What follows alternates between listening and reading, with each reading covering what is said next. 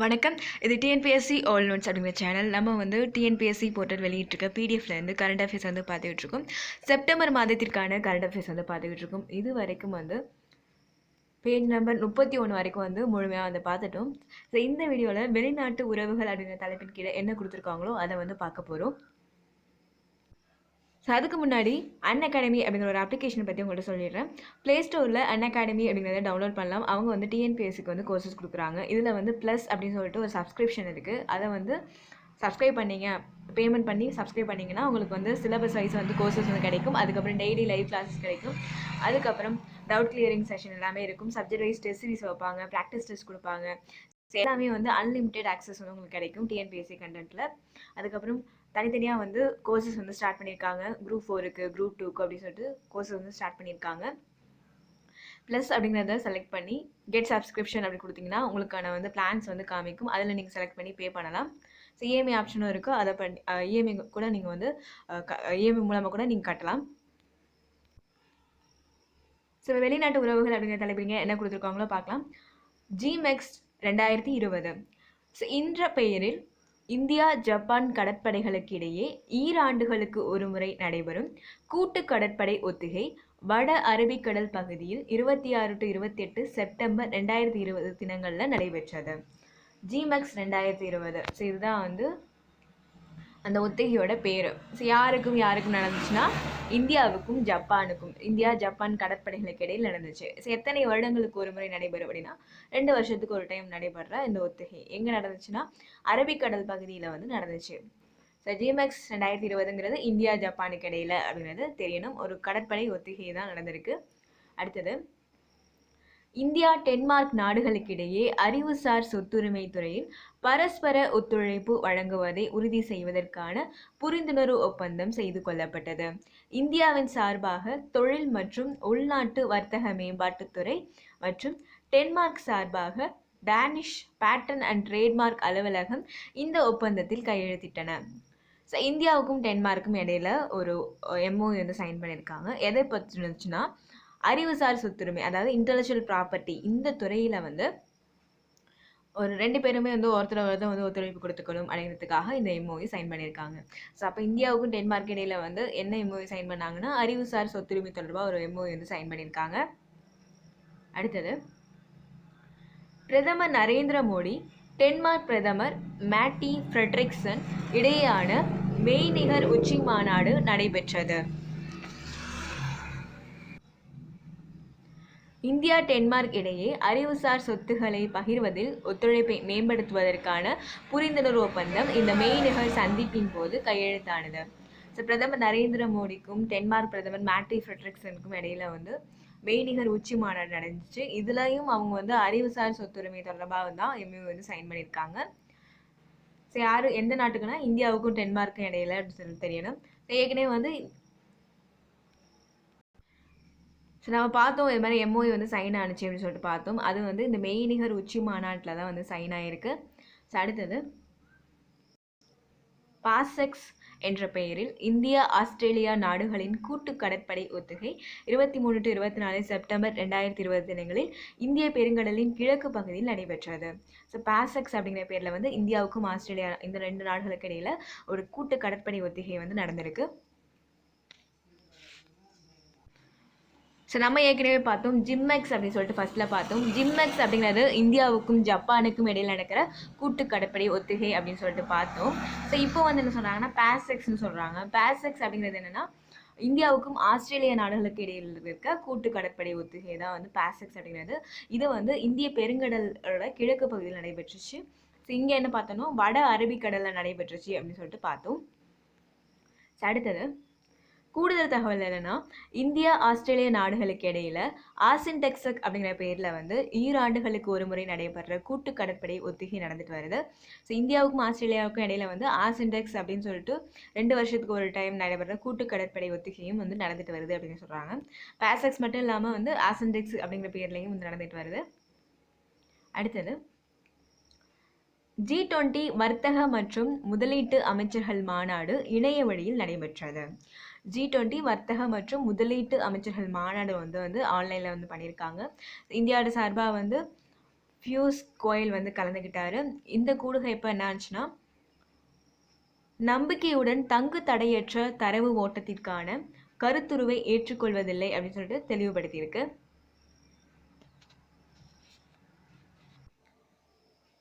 அடுத்தது பார்க்கலாம். இந்தியாவில் தொழில்நுட்பம் சார்ந்த கண்டுபிடிப்பு மையங்கள் மற்றும் தொழில் முனைவு நிறுவனங்களை அமைப்பதற்கான இந்தியாவின் சர்வதேச தொழில் முனைவு மற்றும் தொழில்நுட்ப மையம் மற்றும் இஸ்ரேல் நாட்டின் ஸ்டார்ட் அப் நேஷனல் சென்டர் இடையில வந்து MOU சைன் பண்ணியிருக்காங்க. ஸோ இந்தியாவில் தொழில்நுட்பம் சார்ந்த கண்டுபிடிப்பு மையங்களை அமைக்கிறதுக்கும் அது மட்டும் இல்லாமல் நிறுவனங்களை அமைக்கிறதுக்காக இந்தியாவோட ஒரு சர்வதேச தொழில் முனைவு மற்றும் தொழில்நுட்ப மையம் international centre for entrepreneurship and technology அப்படிங்கிற ஒரு மையமும், அதுக்கப்புறம் இஸ்ரேல் நாட்டோட ஸ்டார்ட் அப் நேஷனல் சென்டர், இவங்க 2 பேருமே வந்து MOU வந்து சைன் பண்ணியிருக்காங்க. அடுத்தது வந்து இந்தியா இலங்கை இந்த 2 நாடுகளுக்கு இடையில இருதரப்பு உச்சி மாநாடு காணொலி மூலமாக நடந்திருக்கு. ஸோ இந்தியா இலங்கை இந்த 2 நாடுகளுக்கு இடையில வந்து இருதரப்பு உச்சி மாநாடு வந்து காணொலி மூலமாக நடந்திருக்கு. இந்திய பிரதமர் நரேந்திர மோடி அதுக்கப்புறம் இலங்கை பிரதமர் மஹிந்த ராஜபக்ஷ உடனோட காணொலி காட்சி வாயிலாக வந்து சந்திச்சு பேசியிருக்காரு. அடுத்தது திருத்தப்பட்ட வருமான வரி சட்டத்தின் அடிப்படையில் 22,100 கோடி செலுத்த கோரி மத்திய அரசு சார்பில் சிங்கப்பூரில் இருக்க சர்வதேச தீர்ப்பாயத்தில் தேர்ந்தெடுக்கப்பட்ட வழக்கில் பிரிட்டனை சேர்ந்த வோடஃபோன் நிறுவனம் ஜெயிச்சிருக்கு. ஸோ திருத்தப்பட்ட வருமான வரி சட்டம் இதோட அடிப்படையில் வந்து இந்த மாதிரி வந்து 22,100 கோடி செலுத்தணும் அப்படின்னு சொல்லிட்டு மத்திய அரசு சார்பில் ஒரு வழக்கு போட்டிருக்காங்க. சிங்கப்பூரில் இருக்க சர்வதேச தீர்ப்பாயத்தில் ஒரு வழக்கு போட்டிருக்காங்க. இதை வந்து பிரிட்டனை சேர்ந்த வோடஃபோன் நிறுவனம் வந்து ஜெயிச்சிருச்சு. அடுத்தது ரஷ்ய தலைநகர் மாஸ்கோவில் செப்டம்பர் மாதம் 4ஆம் தேதி நடைபெற ஷாங்காய் ஒத்துழைப்பு அமைப்பை சேர்ந்த 8 நாடுகளோட பாதுகாப்புத்துறை அமைச்சர்களோட சிறப்பு கூடுகையில கலந்துக்கிறதுக்காக மத்திய பாதுகாப்புத்துறை அமைச்சர் ராஜ்நாத் சிங் 3 நாள் சுற்றுப்பயணமாக ரஷ்யா போயிருக்காரு. ராஜ்நாத் சிங் வந்து 3 நாள் சுற்றுப்பயணமாக ரஷ்யா போயிருக்காரு. எதற்காகனா இந்த மாதிரி வந்து மாஸ்கோவில் ஒரு சிறப்பு கூடுகை நடந்திருக்கு. 8 நாடுகளோட பாதுகாப்புத்துறை அமைச்சர்களோட சிறப்பு கூடுகை நடந்திருக்கு. அதில் கலந்துக்கிறதுக்காக 3 நாள் சுற்றுப்பயணமாக வந்து ரஷ்யா போயிருக்காரு. அடுத்தது முன்னாள் குடியரசுத் தலைவர் பிரணாப் முகர்ஜி மறைவுக்கு வங்கதேசத்தில் 1 நாள் அரசு முறை துக்கம் அனுசரிக்கப்பட்டது. ஸோ பிரணாப் முகர்ஜியோட மறைவுக்கு வந்து வங்கதேசத்தில் 1 நாள் அரசு முறை துக்கம் வந்து அனுசரிக்கப்பட்டிருக்கு. அங்கே இருக்க எல்லா அரசு துறைகளும் தன்னாட்சி அமைப்புகளும் தனியார் நிறுவனங்களும் அந்த நாட்டோட தேசிய கொடி வந்து அரை கம்பத்தில் வந்து பறக்கவிடப்பட்டிருக்கு. அங்கே இருக்கிற மத வழிபாட்டு தலங்களிலும் வந்து பிரணாப்க்கு வந்து இரங்கல் கூட்டங்களும் சிறப்பு வழிபாடுகளும் வந்து நடத்தப்பட்டுச்சு. அடுத்தது தாது வளங்கள் துறையில வந்து பின்லாந்தோட ஒப்பந்தம் பண்ணியிருக்காங்க. தாது வளங்கள் புவியியல் துறையில பரஸ்பரம் ஒத்துழைப்பு கொடுக்கறதுக்காக இந்தியாவும் பின்லாந்தும் வந்து புரிந்துணர்வு ஒப்பந்தம் பண்றதுக்கு மத்திய அமைச்சரவை ஒப்புதல் கொடுத்திருக்காங்க. இந்த ஒப்பந்தப்படி புவியியல் தாது வளங்களை கண்டுபிடிக்கிறது, பயிற்சி கொடுக்கறது, இதுல வந்து 2 நாட்டு துறைகளும் ஒத்துழைப்போட செயல்படும் அப்படின்னு சொல்லியிருக்காங்க. அப்போ வந்து தாது வளங்கள் துறையில வந்து பின்லாந்தோட ஒப்பந்தம் சைன் பண்ணியிருக்காங்க. அடுத்தது வந்து ஜவுளித்துறையில இந்தியாவும் ஜப்பானும் வந்து ஒத்துழைப்போட செயல்படுறதுக்கு புரிந்துணர்வு ஒப்பந்தம் பண்ணியிருக்காங்க. ஸோ இந்தியாவும் ஜப்பானும் வந்து ஜவுளித்துறையில வந்து ஒப்பந்தம் பண்ணியிருக்காங்க. அடுத்தது ஜமைக்கா நாட்டுக்கான இந்திய தூதரா இந்திய வெளியுறவு பணியை சேர்ந்த மசாக்வி அப்படிங்கிறவர் நியமிக்கப்பட்டிருக்காரு. ஜமைக்கா நாட்டுக்கான இந்திய தூதர் இப்போ யாருன்னு கேட்டாக்கா மசாக்வி அப்படிங்கிறது சரியணும். அடுத்தது இந்திரா நேவி 2.0 என்ற பெயரில் இந்தியா மற்றும் ரஷ்யா நாடுகளுக்கு இடையேயான கூட்டு கடற்படை பயிற்சி வங்காள விரிகுடாவில் நடைபெற்றது. இந்தியா நேவி அப்படிங்கிறது யாருக்குன்னா இந்தியாவுக்கும் ரஷ்யாவுக்கும் இடையில நடைபெற ஒரு கூட்டு கடற்படை பயிற்சி. இது வந்து வங்காள விரிகுடா கடல்ல வந்து நடந்திருக்கு. 2 ஆண்டுகளுக்கு ஒரு முறை நடைபெற ஒரு பயிற்சி வந்து நடந்திருக்கு. அடுத்தது மாலத்தீவிற்கு $250 மில்லியன் மதிப்பிலான நிதியுதவி. கொரோனா பேரிடர் காரணமாக ஏற்பட்டிருக்க பொருளாதார நெருக்கடியை சமாளிக்கிறதுக்காக இந்திய அரசாங்கத்தோட சார்பில் மாலத்தீவுக்கு $250 மில்லியன் மதிப்பிலான நிதி உதவி கொடுக்கப்பட்டிருக்கு. அவங்க வந்து அவங்களோட பொருளாதார நெருக்கடியை சமாளிக்கிறதுக்காக மாலத்தீவுக்காக நம்ம வந்து $250 மில்லியன் வந்து நிதி உதவி கொடுத்துருக்கோம். அடுத்தது டிஜிபோடி நடத்தை விதிகள் அல்லது ஜெட்டா திருத்தம் எனப்படும் இந்திய பெருங்கடல் பாதுகாப்பு சார்ந்த சர்வதேச நாடுகளின் குழுவில் பார்வையாளராக இந்தியா இணைந்துள்ளது. டிஜிபோடி நடத்தை விதிகள் அல்லது ஜெட்டா திருத்தம் அப்படின்னு சொல்லக்கூடிய இந்திய பெருங்கடல் பகுதியில பாதுகாப்பு சார்ந்த சர்வதேச நாடுகளோட குழுவில் பார்வையாளரா இந்தியா வந்து இணைஞ்சிருக்கு. திரும்ப சொல்றேன், டிஜிபோடி நடத்தை விதிகள்னு சொல்றாங்க, இல்ல ஜெட்டா திருத்தம்னு சொல்றாங்க. இதுல வந்து நம்ம இந்திய பெருங்கடல் பகுதியில வந்து ஒரு பார்வையாளரா இந்தியா வந்து இணைஞ்சிருக்கு, அந்த குழுவில் வந்து இணைஞ்சிருக்கு. அடுத்தது ஆசியான் இந்தியா அமைச்சர்கள் கூடுகை இணைய வழியில் நடைபெற்றது. ஆசியான் இந்தியா அமைச்சர்கள் கூடுகை வந்து இணைய வழியில் நடைபெற்றது. இந்த கூடுகையில் இந்தியாவின் சார்பாக வெளியுறவுத்துறை அமைச்சர் சுப்பிரமணியம் ஜெய்சங்கர் வந்து கலந்துக்கிட்டாரு. இந்த கூடுகை அப்போ வந்து புதிய ஆசியான் இந்தியா செயல் திட்டம் 2021 to 2025 கையெழுத்தாயிருக்கு. ஆசியான் இந்தியா அமைச்சர்கள் கூடுகை வந்து நடந்திருக்கு. இதில் வந்து ஒரு செயல் திட்டம் வந்து கையெழுத்தாயிருக்கு. புதிய ஆசியான் இந்தியா செயல் திட்டம் 2021 to 2025 இது வந்து சைன் ஆயிருக்கு.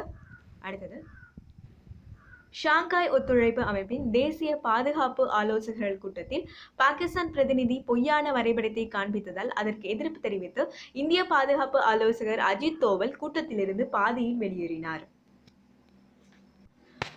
இந்த மாதிரி வந்து ஷாங்காய் ஒத்துழைப்பு அமைப்போட தேசிய பாதுகாப்பு ஆலோசகர்கள் கூட்டம் வந்து நடந்திருக்கு. இதில் வந்து பாகிஸ்தான் பிரதிநிதி வந்து பொய்யான வரைபடத்தை காமிச்சாரு அப்படிங்கிறதுனால நம்மளோட பாதுகாப்பு ஆலோசகரான அஜித் தோவல் வந்து அந்த கூட்டத்திலிருந்து வெளியேறி இருக்காரு.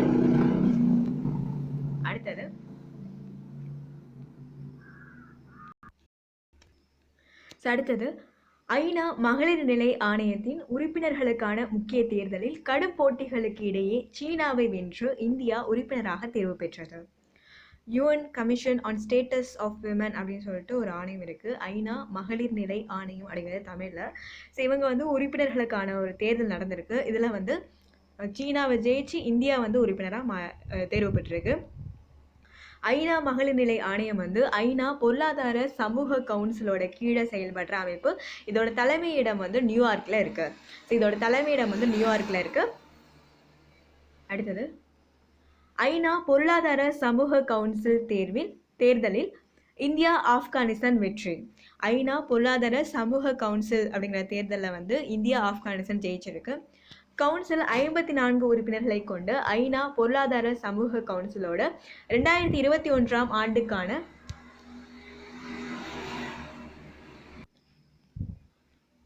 அமர்வுக்கான முதல் வருடாந்திர கூட்டம் நடந்திருக்கு. அப்போ வந்து ஆசிய பசிபிக் பிராந்திய நாடுகள் பிரிவில் 2 இடங்களுக்கான உறுப்பினர்கள் தேர்தல் வந்து நடந்திருக்கு. அதில் வந்து ஆப்கானிஸ்தான், இந்தியா, சீனா இதெல்லாம் வந்து போட்டிட்டு இருக்காங்க. அதில் ஆப்கானிஸ்தான் 39 வாக்குகளையும் இந்தியா 38 வாக்குகளையும் ஜெயிச்சிருக்கு.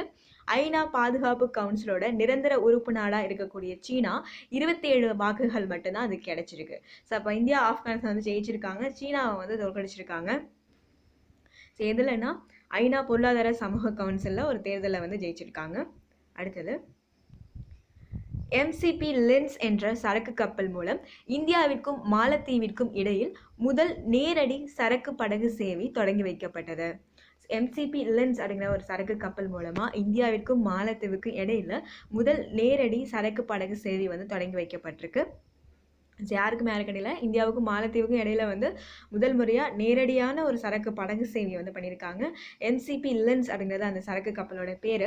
இந்த படகு சேவை வந்து இந்தியாவோட தூத்துக்குடி, அதுக்கப்புறம் கொச்சி நகரங்களையும் மாலத்தீவோட குலுதுபுஷி, மாலி துறைமுகங்களுக்கு இடையே வந்து நடக்குது.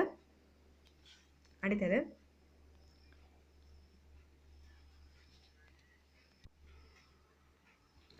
கொங்கன் ரயில்வே 2 நவீன டீசல் எலக்ட்ரிக் மல்டிபிள் யூனிட் ரயில்களை நேபாள ரயில்வேயுடன் ஒப்படைத்தது.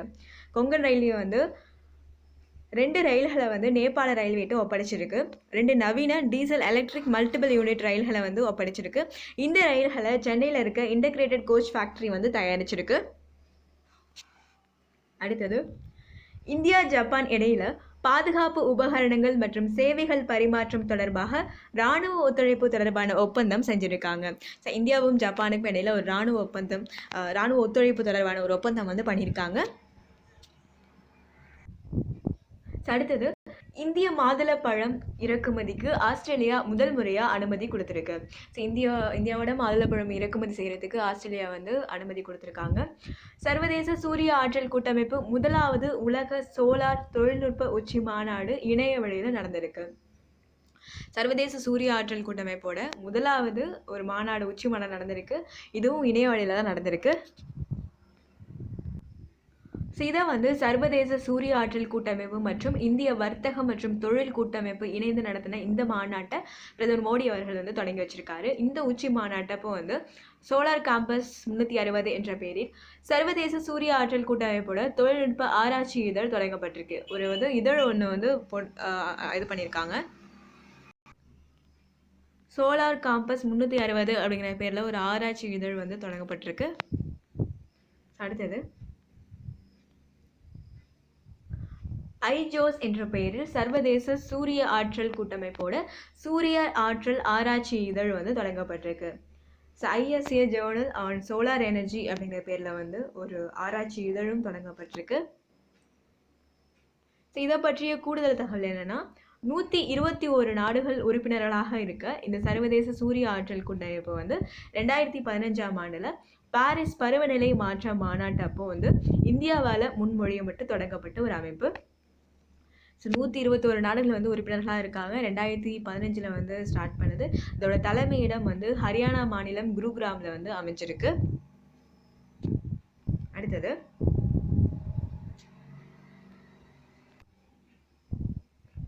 அமெரிக்கா இந்திய மூலோபாய கூட்டமன்றத்தின் 3வது வருடாந்திர கூடுகை 5 நாட்கள் இணைய வழியில் நடந்திருக்கு.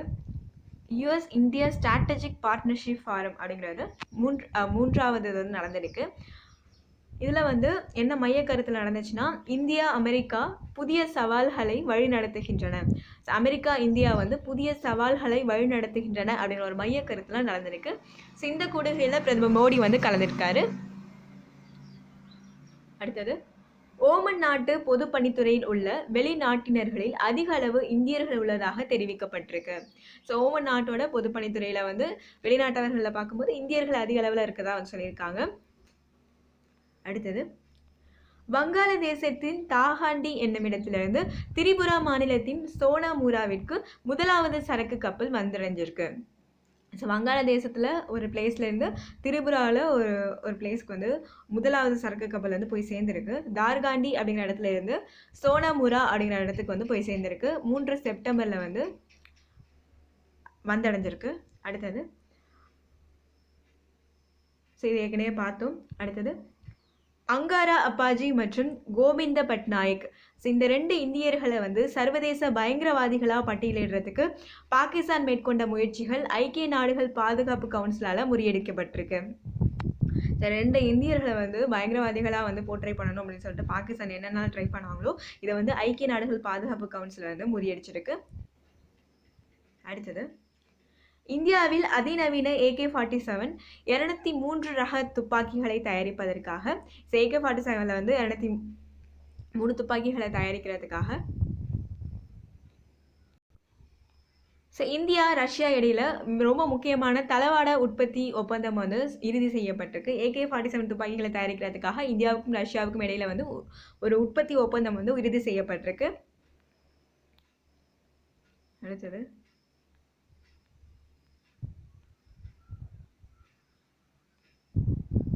அக்ரியோட்டா என்ற பெயரில் இந்திய விவசாயிகள் மற்றும் ஐக்கிய அரபு எமிரேட் உணவு தொழில்துறைக்கு இடையே பாலமாக செயல்படுவதற்கான புதிய மின் சந்தை தளத்தை ஐக்கிய அரபு எமிரேட் தொடங்கியிருக்கு.